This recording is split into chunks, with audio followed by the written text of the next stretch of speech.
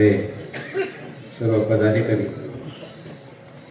पंचकृषीतले आणि बीपी गावातले सरपंच आणि गावातले सर्व पदाधिकारी, बीबी गावातले सर्वच ग्रामस्थ, सर्वप्रथम आपल्या सगळ्यांना जय महाराष्ट्र. आपण आज एक युवा मेळाव्यासाठी इथे सगळे भेटत आहोत. नगरपालिकेच्या इलेक्शन नंतर ही माझी पहिलीच वेळ आहे कुठल्या तरी सभेत बोलायची. मला काही गोष्टी जे माझे अनुभव होते त्याच्याबद्दल जरा बोलायचं होतं.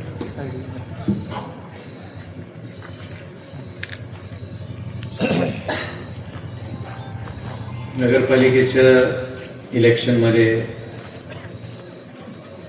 राजे गटाचा पहिल्यांदाच पराभव झाला होता. 30 वर्षात आपला हा पहिला मोठा पराभव होता नगरपालिकेत. माझं असं मत आहे आणि माझा असा समज आहे की खऱ्या अर्थाने राजेगट आणि अर्थात शिवसेना ह्या पक्षाचा विजय झाला आहे. याचं कारण म्हणजे त्याची अनेक कारणं आहेत. मुख्य कारण म्हणजे विरोधकांची अपेक्षा होती की त्यांनी 4 ते 6 हजार मतांनी त्यांचा नगराध्यक्षाची सीट लागणार होती. आपण तो लीड 500वर आणला.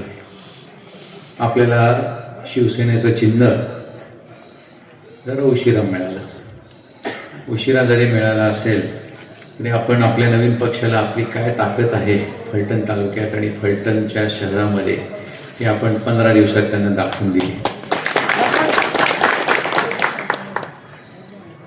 मला वाटतं अनपट साहेब बोलले, आपले शेकडो माजी नगरसेवक, आपले शेकडो कार्यकर्ते त्यांनी फोडले, पैशाचा पाऊस पाडला आणि एवढं सगळं करून 560 मतांनी हा माणूस निवडून आलाय. याची लायकी सुद्धा नाहीये नगरपालिकेचा नगराध्यक्ष बनायची. असं माणसाला ह्या लोकांनी निवडून दिलं. नगरपालिकेच्या रिझल्ट नंतर माझ्याबद्दल सांगितलं गेलं आता हा पुण्याला पळून जाणार. माझं नाव रणजित नाईक निंबाळकर नाहीये की एक इलेक्शन हरलो की मी कुठेतरी पळून जाईल. मी हे आधी बोललो होतो, आताही बोलतो, एक इलेक्शन हरलं पुढची 100 इलेक्शन जिंकून दाखवतो.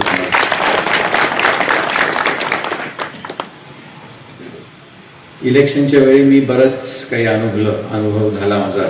बऱ्याच लोकांच्या गाठीभेटी झाल्या. त्याच्यात एक मला दिसलं की विरोधकांना फक्त आणि फक्त सत्तेचा हात त्यांच्या डोक्यावर आहे आणि दहशतीचा आणि पैशाचा वापर करून यांनी निवडणूक जिंकलेली आहे. त्याच्यामुळे अशा लोकांना जर आपण तालुक्यात नेतृत्व दिलं आणि संधी दिली तर आपल्या तालुक्याचं वाटोळं लागायला हे 5 वर्षच जास्ती होते. पुढच्या 1-2 वर्षामध्ये तुम्हालाही दिसेल फलटण शहराची काय दुरावस्था ही लोक करणार आहे.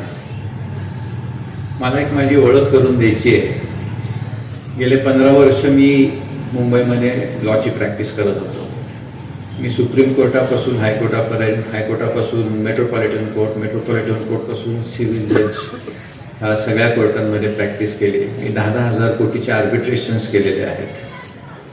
त्याच्यामुळे कायद्याचा मला चांगला अभ्यास आहे आणि कायद्याचा कसा वापर करायचा आणि काम कसं करून घ्यायचं ह्याचाही मला चांगला अभ्यास आहे. मी माझ्या वडिलांच्या शैलीतच तयार झालेला एक मनुष्य आहे आणि त्याचीच मला सोन्याची संधी करून तुमच्यासाठी काम करायची आहे अशी एक इच्छा आहे. विरोधकांनी काय केलंय मला माहीत नाही. विरोधकांचं नेहमीप्रमाणे काहीतरी गलिच्छ भाषण, फालतूचं एक नॅरेटिव्ह सेट करणं, वेडवाकडं बोलणं, दहशत करणं, धमक्या देणं, ह्याच्या पुढे त्यांना काही जमत नाही. माजी खासदारांना मला एकच विचारायचं आहे, तुम्ही जर 5 वर्ष खासदार होता, 2.5 वर्ष तुमचं महाराष्ट्र राज्यामध्ये सरकार होतं, तुम्ही एक कंपनी आणू शकला नाही तुमच्या MIDC मध्ये. नुसतं मिरवायचं काय, मी MIDC आणली तर पण MIDC नुसती आणून काय होतं. मोकळ्या जमिनीत किती नोकऱ्या देणार आहात तुम्ही. काहीतरी विचार करा.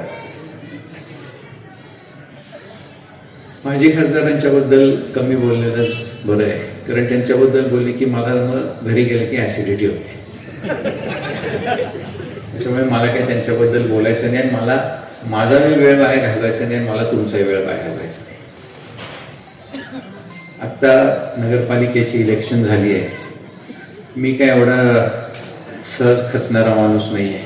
कोर्टात मी सुद्धा बरेच दावे हारलोय आणि बरेच दावे जिंकलोय. हा माझ्यासाठी एक दावाच होता. एक दावा हारलोय, पुढचे 100 दावे मी जिंकूनच दाखवणार. जिल्हा परिषदेची आता काही थोड्या दिवसातच मला वाटतं निवडणुकीचं शेड्यूल जाहीर होईल. निवडणुकीमध्ये परत तेच त्यांची जी सिस्टम आहे, दहशत, पैसा, जेवणं, आमिष, हीच प्रक्रिया परत ते राबवणार. सगळ्यांना विनंती, इकडे आमचं 30 वर्षाचं काम तुम्ही लक्षात घ्या. त्याच्याबद्दल आत्तापर्यंत प्रसिद्धी झाली नसली तरी आत्ता आम्ही त्याच्याबद्दल चांगल्यापैकी प्रसिद्धी करू. तुम्हाला आमची ओळख पटवून देऊ, आमची काम करायची क्षमता पटवून देऊ, आमची संघर्ष करायची क्षमता पटवून देऊ. आणि ती जर तुम्हाला पटली तर तुम्ही आम्हाला आमच्या जो कोण उमेदवार असेल तेवढा त्यांना निवडून द्या, त्यांना तुमचं मत द्या. मला अजून एक विषय मांडायचा होता सगळ्यांच्या समोर. गेले काही इलेक्शन मी बघतोय इथे जातीवादाचं एक फार विचित्र आणि भयंकर राजकारण चालून आलेलं आहे. मला सगळ्या ग्रामस्थांना इथे कळकळून विनंती आहे की कृपया जातीवर जाऊन मतदान करू नका. तुम्ही जातीवर जाऊन मतदान केलं तर तुम्ही तुमच्या गावासाठी आणि तुमच्या समाजासाठी फार वाईट पुढचं काही भवितव्य असेल, नाही तर तुमच्या समाजासाठी जी एकवटता असेल त्याच्यासाठी एक फार हानिकारक गोष्ट करत आहात. त्याच्यामुळे कृपा करून विनंती करतो की उमेदवाराला बघून, उमेदवाराच्या मागचं नेतृत्व बघून, उमेदवाराच्या मागचं चिन्ह बघून आपण सगळ्यांनी येत्या निवडणुकीत मतदान करा. संघर्ष आपल्याला करावाच लागणार आहे, कारण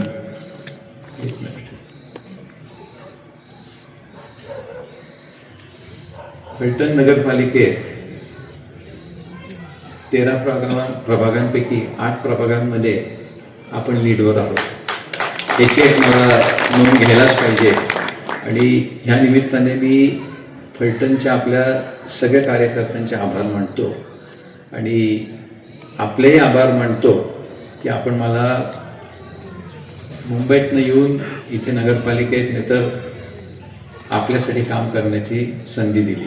माझा असा समज आहे की पद असो नसो आपण काही लोकांसाठी काम करणं थांबवणार नाही. नगराध्यक्ष पद जरी ह्या वर्षी मिळालं नसेल मला, तरी माझं जे विजन आहे नगरपालिकेसाठी आणि फलटण शहरासाठी ते मी राबवूनच राहणार आहे.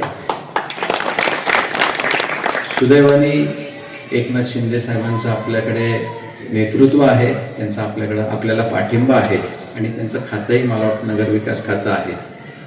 मला आता मी हा प्लॅनच करतोय की नगरविकास खात्यातून जास्तीत जास्त निधी फलटण शहराला मी मिळवूनच टाकणार. राहिलं आता जिल्हा परिषदेच्या इलेक्शनबद्दल. जिल्हा परिषदेच्या इलेक्शनमध्ये नगरपालिकेत जो आपला लॉस झाला आहे तो आपल्याला भरून काढण्याची गरज आहे. त्याच्यामुळे मी सगळ्या युवा कार्यकर्त्यांना विनंती करतो की रात्रीचा दिवस करून काम करा. 20 किलो वजन कमी करा 10 दिवसात.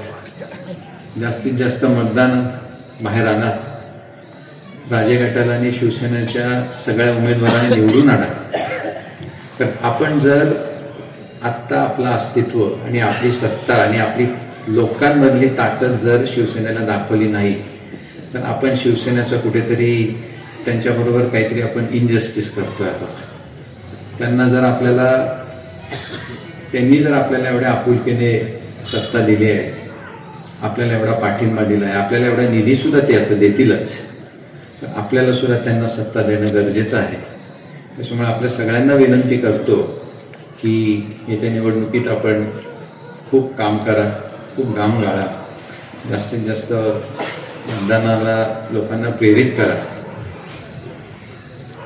आता कुठल्याही भाषणामध्ये विरोधकांवर टीका केली नाही तर भाषण स्टार्टच होत नाही, फेल होतं भाषण.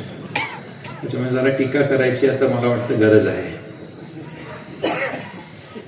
हे आपल्याला माजी खासदार हा एकमेव मी असा माणूस बघितला आहे ज्यांनी स्वतःलाच पाणीदार म्हणून घेतलं. पाण्याचं राजकारण त्यांनी कृपया करू नये, कारण पाण्यासाठी जो संघर्ष करावा लागतो तो मी स्वतः माझ्या वडिलांनी केलेला आहे, तो मी स्वतः अनुभवला आहे, स्वतः बघितलेला आहे. एक उदाहरण देतो. जेव्हा बाबा कृष्णा खोरेचे मंत्री होते, माझी आणि त्यांची भेट आठवड्यातनं फक्त एक दिवस व्हायची, आणि तो म्हणजे शुक्रवारी रात्री आणि शनिवारी सकाळी. कारण सोमवार ते शुक्रवार ते मुंबईत असायचे, शुक्रवारी पुण्यात डेक्कन क्वीन यायचे, तिथून घरी गेले की एक रात्र आणि अर्धा दिवस त्यांना आराम करायला मिळायचा, आणि शनिवारी परत ते फलटणला जायचे. माजी खासदारांनी किती काम केलं कृष्णा खोऱ्यासाठी, किती डॅम बांधण्यासाठी त्यांनी निधी आणली, किती लोकांना त्यांनी भेटले, किती लोकांच्या त्यांनी किती महाराष्ट्र असेल नाहीतर सेंट्रल गव्हर्नमेंट असेल त्याच्या अधिकाऱ्यांबरोबर चर्चा नाहीतर मीटिंग्स केल्या. त्याच्याबद्दल त्यांच्याकडे काही उत्तरच नाही आहे, कारण त्या बाबांनी काही केलेलंच नाही आहे. नुसतं आयत्या वेळेवर नागोबा अशीच त्यांची गेली 7 वर्ष भूमिका आहे. त्याच्यामुळे त्यांचा एक एबीपीचा एक टॅगलाईन आता दिसते बघा तुम्हाला, सोशल मीडियाचा राजा काहीतरी काय. तर मी आता त्यांना ती टॅगलाईन देतो, सोशल मीडियाचा राजा म्हणजे रणजितदादा. कारण सोशल मीडियावरच फक्त या माणसाने त्याचं दुकान चालवलेलं आहे. दरवेळी दर 4 दिवसांनी कुठल्या तरी मंत्र्याला नाही तर कुठल्या तरी खासदाराला भेटायचं, अशी काहीतरी डॉक्युमेंट्स लावायची खाली, मग असं करायचं, आणि खाली टॅगलाईन काय, माजी खासदार आणि देवेंद्र फडणवीस मुख्यमंत्री फलटणच्या काहीतरी विषयावर खूप चर्चा करत. काय ती चर्चा असते देव, त्याच्याबद्दल कधी खुलासा होत नाही. त्याच्यामुळे अशा फ्रॉड्युलंट नेतृत्वाला जर तुम्ही संधी देणार असाल तर फलटणची बारामती नाही, फलटणचा माण तालुका होईल एवढं लक्षात ठेवा.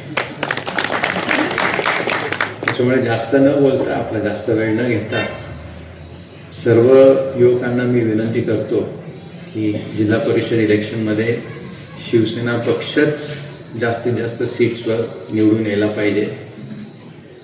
अजून एक विनंती करतो की आत्ता जरी आपण ही एक फॉर्मल सभा घेतली आहे तरी मला बिब्बीच्या सगळ्या लोकांबरोबर इन्फॉर्मली भेटायचं आहे, 1 to 1 भेटायचं आहे.